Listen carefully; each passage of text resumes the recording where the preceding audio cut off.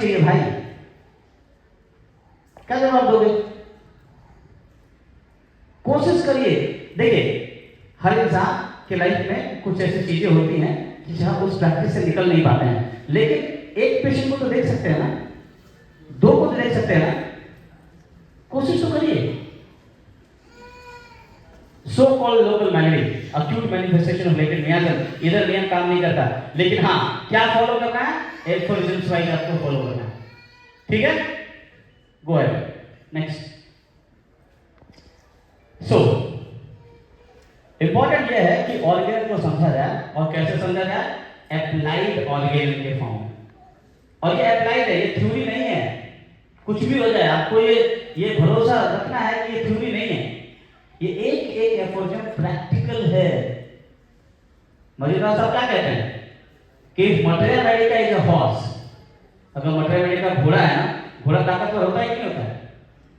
उसमें जो बैठा होता है उससे भी ताकतवर घोड़ा होता है ना, उसमें कैपेसिटी होती है, लेकिन उसको लगाम में नहीं रखेंगे तो क्या आप अपने डेस्टिनेशन तक पहुंच पाएंगे? घोड़ा जरूरी है, लेकिन घोड़े पे कंट्रोल भी जरूरी है आपका। कंट्रोल कैसा आएगा? लगाम से। और लगाम क्या है? ऑर्गेनन है। अगर मटेरियल मेडिका हॉर्स है तो ऑर्गेनन लगाम है डॉक्टर साहब, जो घोड़े को उसके डेस्टिनेशन तक लेके आसानी से जाएगा। फिर एक मजेदार साहब कहते हैं नीचे एसपीडी साहब कि आज देखो होम्योपैथी हिस्सों में बट गई है। हनीमैन की होम्योपैथी नहीं है, फलाना की होम्योपैथी, ढिमकाना की होम्योपैथी, तो फलाना होम्योपैथी, ये होम्योपैथी, वो होम्योपैथी, ऐसा नहीं है कभी भी। होम्योपैथी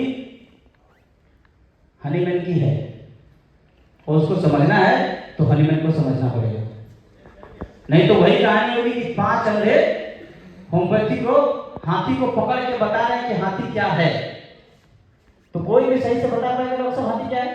किसी को सूंड समझ में आएगी हाथी, किसी को कान सूप समझ में आएगा हाथी, अब कुछ गोबर पकड़ लिया तो कहेगा हाथी, तो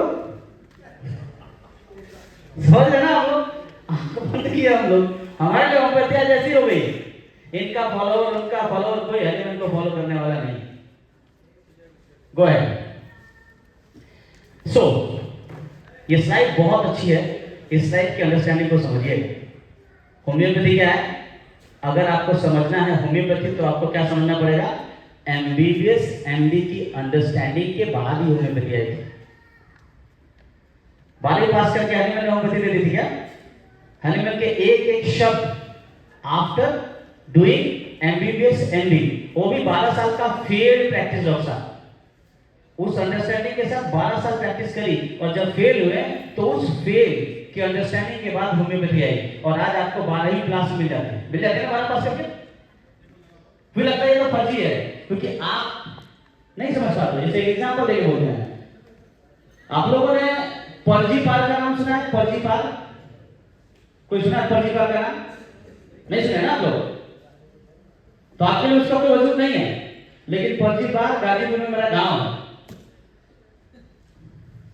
जहां क्या है, लेकिन एक कब पता चलेगा?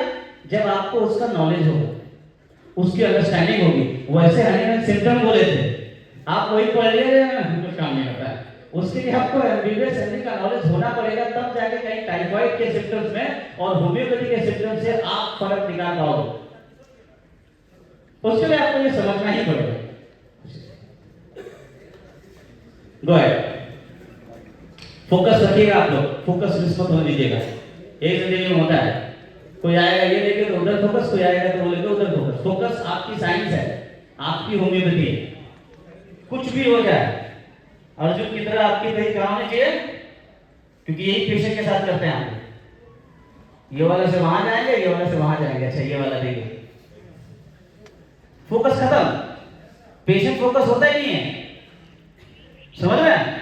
देखिए क्या लिखा है, हनीमैन साहब कहते हैं कि no real cure of this और अदर डिजीजेस, जो मैंने आपको बताया क्लासिफिकेशन,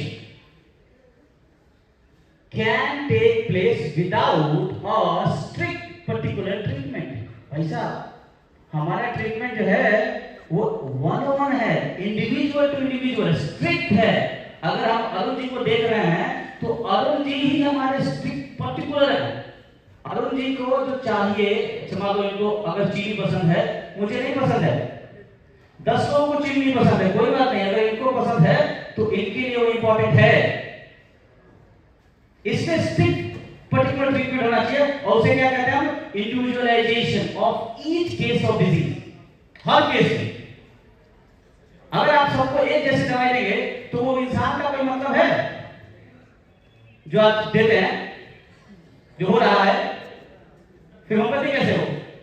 आज मुझे रत्ना जी और उनके हस्बैंड आए हुए हैं, मुझे खुशी हुई, वो क्लास में थे मेरे पास एक केस लेके आए जो इनक्यूरेबल था। कहते हैं डॉक्टर साहब ठीक हो गया, और मुझे फक्र है कि मैं कोई भी केस ठीक करने के लिए तैयार हूं, क्योंकि मुझे पता है कि ठीक होता है। ये कैसे हुआ? दोनों ऑर्गेन को समझा। गो अहेड नेक्स्ट। ये देखिए साफ साफ लिखते हैं, जब भी किसी केस को ठीक करें, क्या लिखा है? हमेशा आपको पैथोलॉजी नहीं ठीक करनी है, आपको केस ठीक करना है। किस तरह का केस है? The chief variety of diseases is most important part. Go ahead next. कितनी तरह की बीमारी है डॉक्टर साहब? मनोज सर, यही बीमारी, यही ठीक करना है।